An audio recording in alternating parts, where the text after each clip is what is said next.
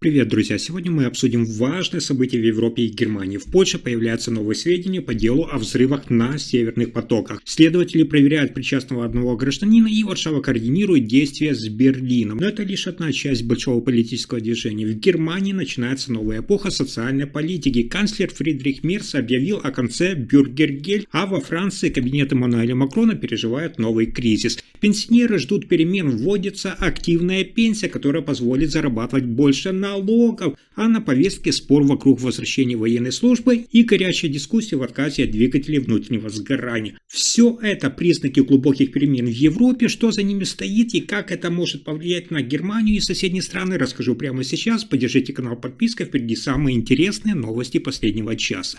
Итак, в Польше продолжается расследование взрывов на газопроводе «Северный поток». Польский контрразведывательный орган ABY сейчас провел обыски в квартире украинца Владимира З., подозреваемого в участии в атаке. Задержанный, напомню, 46-летний мужчина, ранее проживавший в Польше, был арестован в пригороде Варшавы. В городе Прушков суд постановил 40-дневный срок предварительного заключения, в течение которого польские следователи изучат все материалы из Германии. Владимир З. обвиняется в организации подводных операций по установке взрывчатых устройств на трубопроводе вблизи датского острова Больхум. Его действия квалифицируются как диверсия и государственная измена. В ходе расследования также рассматривается возможность связи с другими украинскими гражданами, включая женщину, которая могла быть причастна к инциденту. Взрывы, произошедшие, напомню, в сентябре 2022 года, привели к разрушению трех из 4 ниток газопровода «Северный поток-1» и «Северный поток-2». Эти события вызвали международное беспокойство и привлекли внимание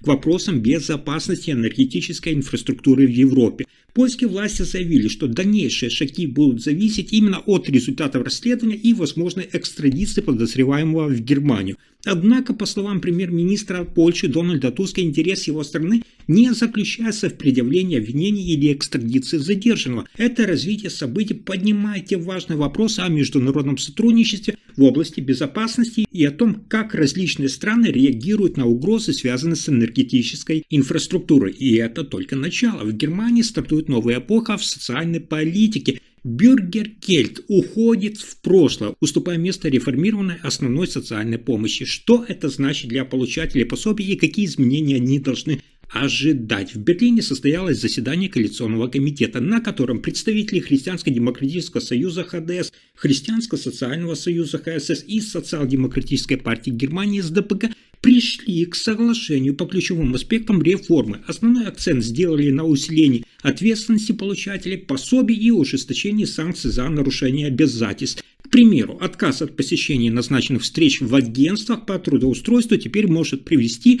внимание, к снижению выплат до 100%. Кроме того, вводятся новые требования для родителей с детьми младше 3 лет, направленные на стимулирование их возвращения на рынок труда. Канцлер Фридрих Мерц заявил, что Бюргергельд больше не существует, и теперь основная социальная помощь будет служить основой социальной поддержки. Он подчеркнул, что цель реформы – сбалансировать поддержку и требования, обеспечивая более эффективную интеграцию безработных в трудовую деятельность. Однако не все согласны с новыми мерами. Критики утверждают, что ужесточение санкций может привести к дополнительным трудностям для уже уязвимых слоев населения. Тем не менее, реформаторы уверены, что изменения необходимы для повышения эффективности системы социальной помощи. Ожидается, что в ближайшее время проект реформы будет представлен на рассмотрение в Бундестаг и Бундесрат. Если законопроект будет все-таки принят, изменения вступят в силу, внимание, с 1 января 2026 года, что затронет сотни тысяч граждан, получающих социальную помощь.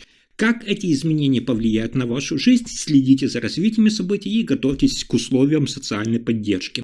А дальше еще интереснее. В Германии политический ландшафт претерпевает изменения. Правительственные министры теряют позиции в рейтинге доверия, в то время как представители оппозиции укрепляют свои позиции. Согласно последнему опросу, проведенному институтом Форса, министр обороны Борис Писториус СДПГ сохраняет лидерство с 49 баллами, в то время как министр внутренних дел Домбрит набирает 48 баллов. Однако, несмотря на стабильность на вершине, многие министры из правящих партий теряют поддержку. Например, канцлер Фридрих Мерц ХДС сталкивается с падением популярности. Его рейтинг упал на 7%, достигнув 35%, что является самым низким значением с начала его пребывания в должности. Министр труда Бербель Бас СДПГ также теряет свою поддержку, получает 26% одобрения, что на 15% ниже, чем у ее предшественника. В то же время представители оппозиции, такие как Хайди Райхинен и Ян Ван Акен, укрепляют свои позиции, получив 33-34 балла соответственно. Это отражает то растущее недовольство избирателей правительственными мерами и усиление доверия к альтернативным политическим силам.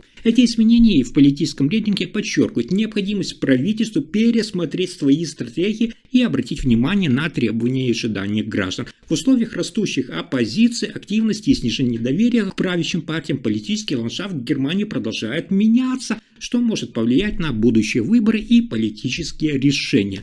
Тем временем разворачивается новая интрига. В Германии стартует новая пенсионная реформа, которая обещает изменить финансовую жизнь миллионов граждан.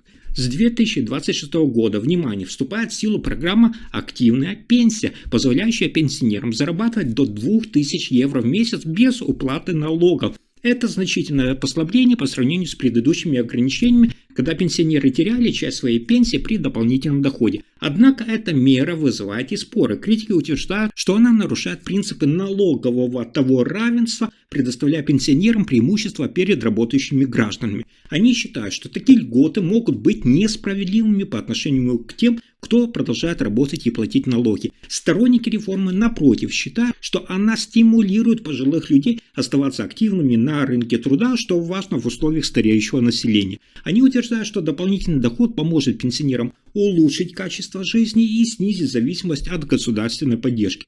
В то же время эксперты предупреждают, что эта мера может привести к увеличению социальной напряженности и недовольству среди работающих граждан, которые не получают таких льгот. Они призывают к более сбалансированному подходу в пенсионной политике. Таким образом, активная пенсия становится важным шагом в пенсионной реформе Германии, но ее влияние на общество и экономику будет зависеть от того, как будут решены возникающие вопросы справедливости и равенства.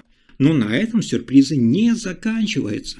Во Франции премьер-министр Себастьян Лекарню подал в отставку, что создает сложную ситуацию для президента Эммануэля Макрона и ставит перед правительством новые задачи. В ответ на кризис Макрон поручил Лекарню провести срочные переговоры с политическими силами для поиска выхода из тупика. Однако, несмотря на усилия, требования об отставке президента становятся все громче. Бывший премьер-министр Эдуард Филипп, близкий соратник Макрона, призвал к проведению новых президентских выборов, утверждая, что Макрон своими решениями поставил страну в сложное положение. В такой обстановке оппозиция, включая тоже правую партию «Национальное объединение» во главе с Марин Ле Пен, усиливает свои позиции. Они уже заявили, что готовы воспользоваться ситуацией, если будут объявлены новые выборы, и призывают к распуску Национальной ассамблеи. Президент Макрон, столкнувшийся с растущим давлением, пытается найти компромисс и избежать давления политической нестабильности. Однако его действия могут быть восприняты как слабость, что может усилить позицию оппозиции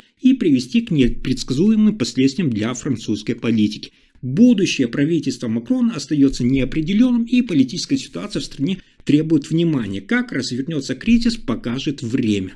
Следующая новость добавляет огня в ту общую картину происходящего. В Германии разгорается жаркая дискуссия вокруг будущего автомобильной отрасли. Недавно канцлер Фридрих Мерц КДС заявил, цитата, «Жесткий отказ от двигателей внутреннего сгорания в 2035 году – это ошибка». Он подчеркнул, что Германия должна оставаться открытой для всех технологий, включая синтетическое топливо, и не ограничивать себя только электромобилями. Однако его позиция вызвала критику со стороны оппозиции. Представитель фракции «Зеленых» в Бундестаге Катарина Дрёге заявила, что Мерц тормозит развитие немецкой автомобильной промышленности, в то время как в других странах активно переходят на электромобили. Она подчеркнула, что затягивание с переходом на электромобили может поставить Германию в невыгодное положение. В то время как канцлер Мерц выступает за гибкость и технологическое разнообразие, его подход сталкивается с растущим давлением со стороны экологических активистов. Недавно, напомню, группа Fridays for Future провела акцию протеста у здания федерального канцлера, требуя ускорения перехода на экологически чистые технологии. Ситуация остается